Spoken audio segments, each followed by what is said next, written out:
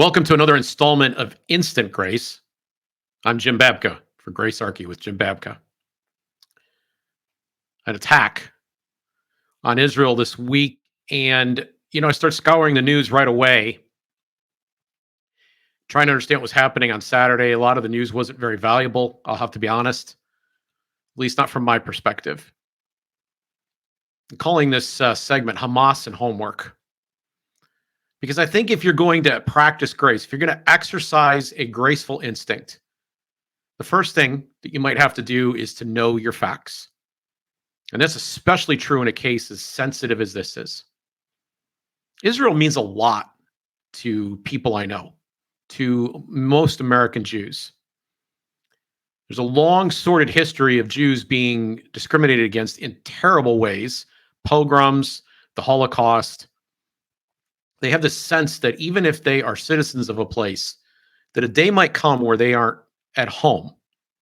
And so having the Israeli homeland there is a comfort to them. It gives them a sense of peace and security that I think a lot of other people would have a hard time, a lot of other nationality types would have a hard time understanding. But in the news that's been circulating so far this week, I've noticed a lot of false information. And I want to suggest to you that you have zero reason to react to something until it is confirmed. And in fact, this whole crisis isn't going to depend on you. I mean, no matter what your opinion of what's happening over there is, no one's going to wait to hear what your opinion is. No one is going to pause and not do something because you felt differently.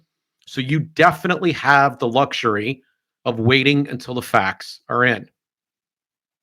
There's a story that's floating around, and it's interesting because people started sending me texts and questions, and two men in particular reached out to me with identical, not word order, but thought texts 2 days in a row, leading me to believe that some people are in some right echo chamber, other people are in a left echo chamber, and there is evidence for this, where certain things are being told in one channel and other things are being told in another channel, and a lot of them have run ahead of the news itself, and then they get the facts wrong.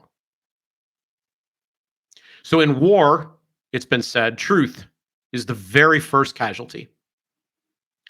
In World War I, the claim was made that Germans were bayoneting Belgian babies. That turned out to be English, UK war propaganda and a lie. There were atrocities going on, but that wasn't one of them. When our government got ready to go into Iraq the first time, a woman testified to seeing Kuwaiti babies pulled from incubators by Iraqi soldiers and left on the floor. Except that never happened either. And the person who gave that testimony to Congress, testimony that was so compelling, a United States senator said during the debate, it convinced him to support military action against Iraq. Turned out she was related to an embassy employee and was not in Kuwait at the time that she claimed to have witnessed this. So this is war propaganda. So I hear from people saying, well, wait a minute, what about 40 babies? On Tuesday, they were burned. On Wednesday, it turned out they'd been beheaded. I don't know which it was. And I don't think that it really matters except to say that atrocities have happened. They're terrible. They're inexcusable. They're vile. But that doesn't mean that they're real. And you don't have to react until you know what the facts actually are. And for a claim this size, big claims require big evidence. But I want to go one step further and say that we live in an age where we have social media and quick information, and a rumor can make it even faster around the world, maybe 2 or 3 times around the world before the truth has a chance to tie its shoes. We don't want to see rash reaction happen as a result of this, and we don't want to be involved. The one thing you can prevent is being involved in encouraging or spreading information that is not accurate. That's one thing you can do. There's also deep fakes. We live in an age of AI where you can make stuff up and you can put it out there and make it look very, very compelling and very real.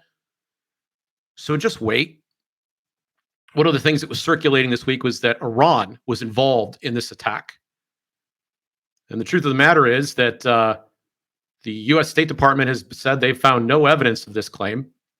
They've even gone one step further now in a report to CNN that had up saying that they don't that they thought Iran was just as surprised as everyone else was when it happened.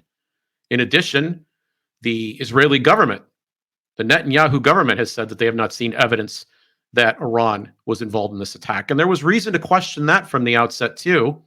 Hamas is Sunni, while Iran is Shia. And if you know enough about the religion of Islam and the history of that area, you recognize that that was kind of maybe a bit of an unlikely partnership for them to be involved in. So I think it's important to wait until facts are in before you make your assessment. I have avoided, up till now, saying anything about this week because I've been trying to learn. I've learned a lot this week, and I still, after having spent the amount of time that I've spent, which is considerable, multiple hours, I still feel like I'm not qualified to say a whole lot because I recognize that real people have real deep, passionate feelings, and in many cases, specific pieces of knowledge that at this juncture, I am likely to lack. And this intellectual humility that I'm demonstrating now, I happen to believe is part of practicing a grace approach. I want to see peace, and I want to talk more about that, perhaps in a full length episode.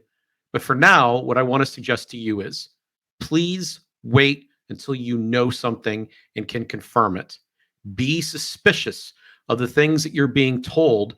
Treat sensational claims, really claims that seem to shock and rise to the top of the headlines.